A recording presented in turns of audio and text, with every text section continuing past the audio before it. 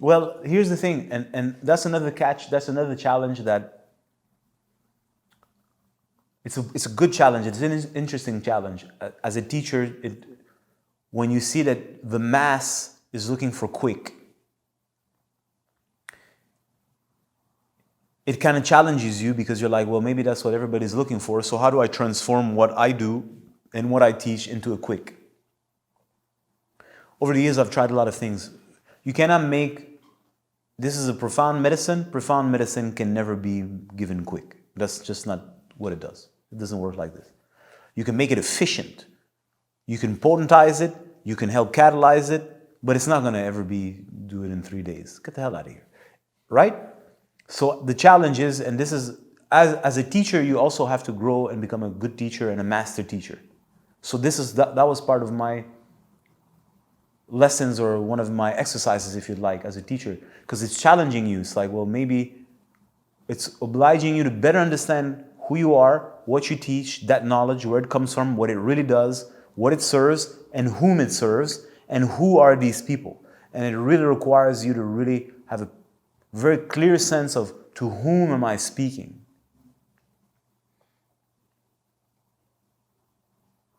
But the appeal of the mass appeal, that's literally the word. The appeal of mass, that's what social media kind of like gives you. It's like the appeal, the dream, the fantasy, the possibility at your literally fingertips.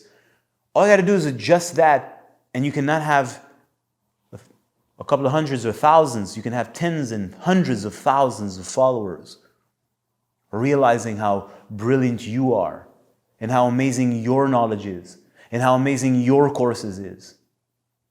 It's literally at the tip of your fingers. All you have to do, though, is bite that apple.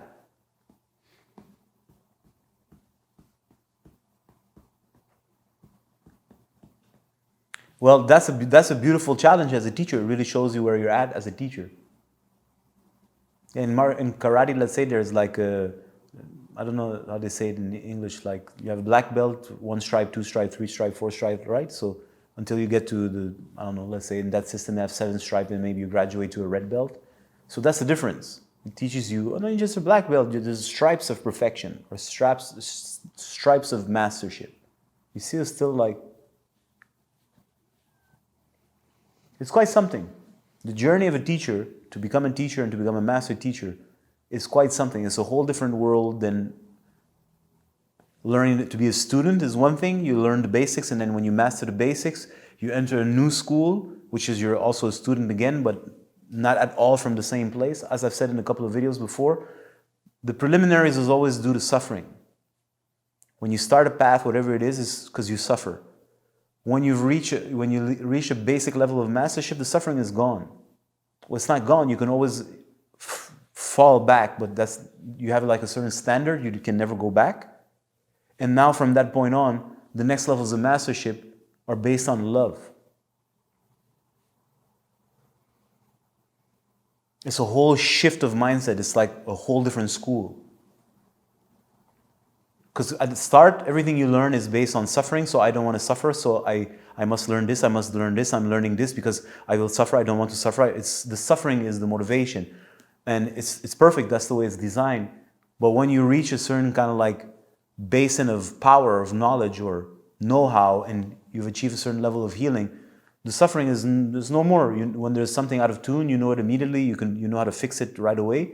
So what's now going to motivate you to proceed? You could stay technically where you are and claim you've reached an absolute state if you'd like, but that's because you wouldn't know, or you don't have a teacher that shows you that there's more possible.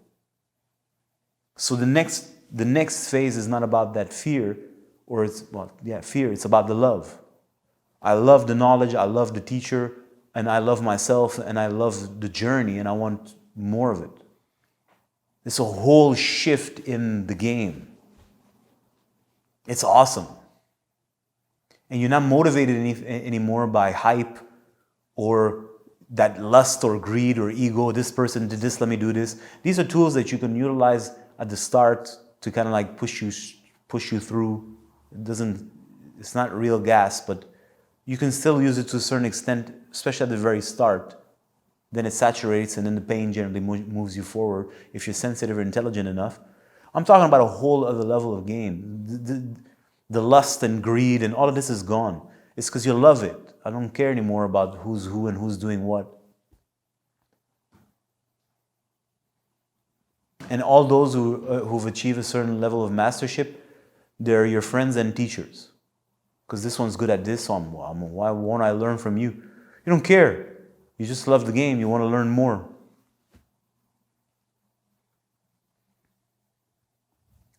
So that's like, if I can say, this is something I'm very much appreciating in this new phase of my life. I genuinely do, because it's a whole different paradigm. It's like it's not that love wasn't there at the start. It was, but it was muffled by suffering. You're in such disease. There is not space for love of the game, or you're just so uncomfortable. But the love is there. That's also, it's leading you. It's the hope. But it's hope. You know, I have hope. I love something, I hope. Yeah, but hope is not real.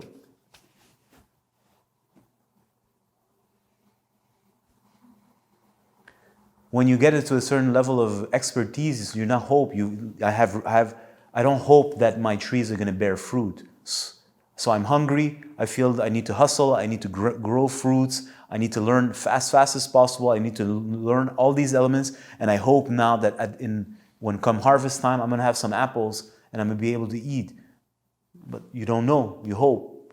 Everything is aligned. But what's motivating you now is that I need to, there's an urgency. Let's say now harvest coming, you have this whole, you have boxes and boxes and boxes and boxes of apple. Now you're enjoying. You're not hopeful anymore. You know that it works. You have results.